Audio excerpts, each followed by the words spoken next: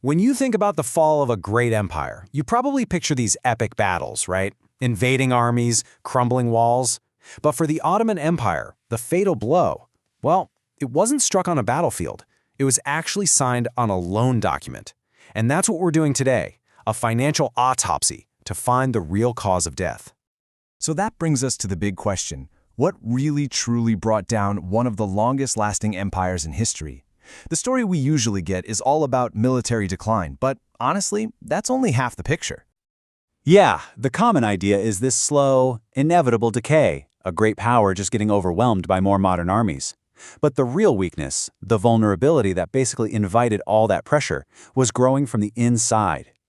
That's right, the so-called sick man of Europe wasn't suffering from a military disease, it was a financial one. It was this vicious cycle of borrowing that started out as a solution, but it quickly became a trap that led to a complete loss of economic control.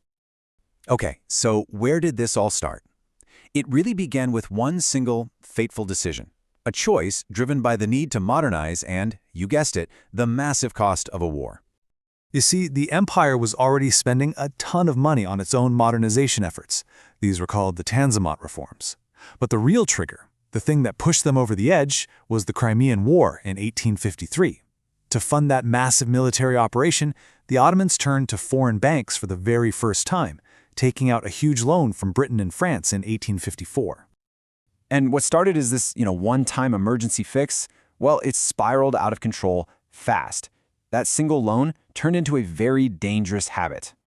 15. Just let that sink in. In only 2 decades, the empire took out 15 separate foreign loans.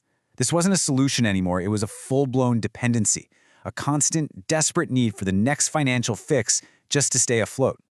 So you have to ask, why keep doing it? Well, it was a perfect storm, really. The government was spending way more than it was making, and its own tax system was just too inefficient to close that gap.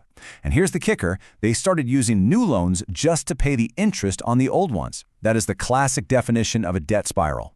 Meanwhile, European powers were more than happy to keep lending because they knew it gave them incredible influence. And this is where it hits the breaking point. By the mid-1870s, more than half, about 55% of the empire's entire yearly income was going straight out the door to pay its lenders. Just imagine trying to run a country when over half your budget is gone before you can even think about paying for your military or building roads or just basic administration. It's impossible. With the finances being this fragile, it really wasn't going to take much to push the whole system right over the edge. And in the mid-1870s, that's exactly what happened. All the dominoes fell at once. First, a global financial crisis in 1873 completely dried up all the credit. Suddenly, getting a new loan was impossible. At the exact same time, a series of terrible droughts hit the heartland of the empire, which just crushed their tax revenues from agriculture. So, no new money was coming in, and the money they expected from their own people wasn't coming in either. The treasury was empty. Then it became official.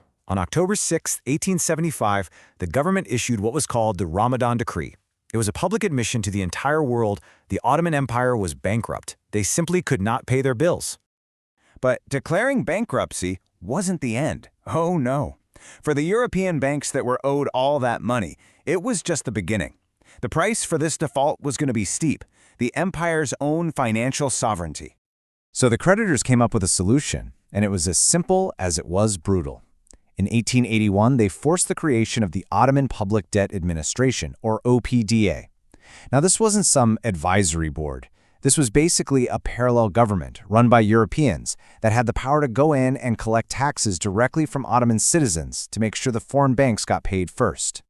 And get this, the OPDA became this massive organization. It's insane, but at times it employed thousands more people than the empire's own finance ministry.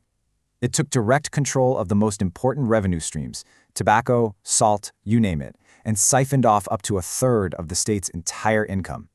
The Ottomans were no longer in charge of their own economy. Period. The fallout from this was, well, it was catastrophic. With no control over its money, the empire couldn't fund its army properly, which led to losing territory. The economic strain on the people caused huge social unrest. And pretty soon, every major decision had to be approved by the foreign powers who held the purse strings.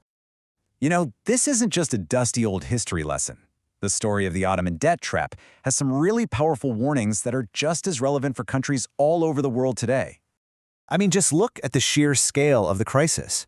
We're talking a total debt of up to £240 million. That's billions in today's money. Over half of all government revenue was just vanishing to pay interest, while a foreign agency was controlling up to a third of the country's income. The numbers were completely, totally unsustainable. And here's the real lesson.